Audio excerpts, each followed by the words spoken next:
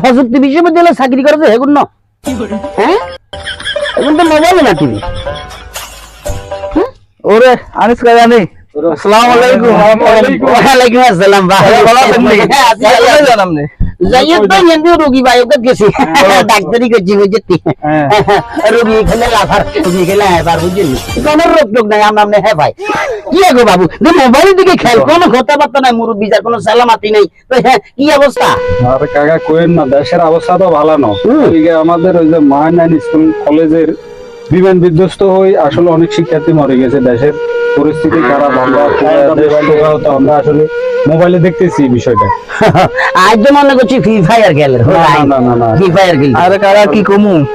যে যোগাইছে ফলাফাইন তো নষ্ট গেছে নাই পড়ালেখা নাই মা বাপের সম্মানী নাই মুরব্বীর সম্মান সারাক্ষণ ফিফারে নিয়ে আছে আসলে শুন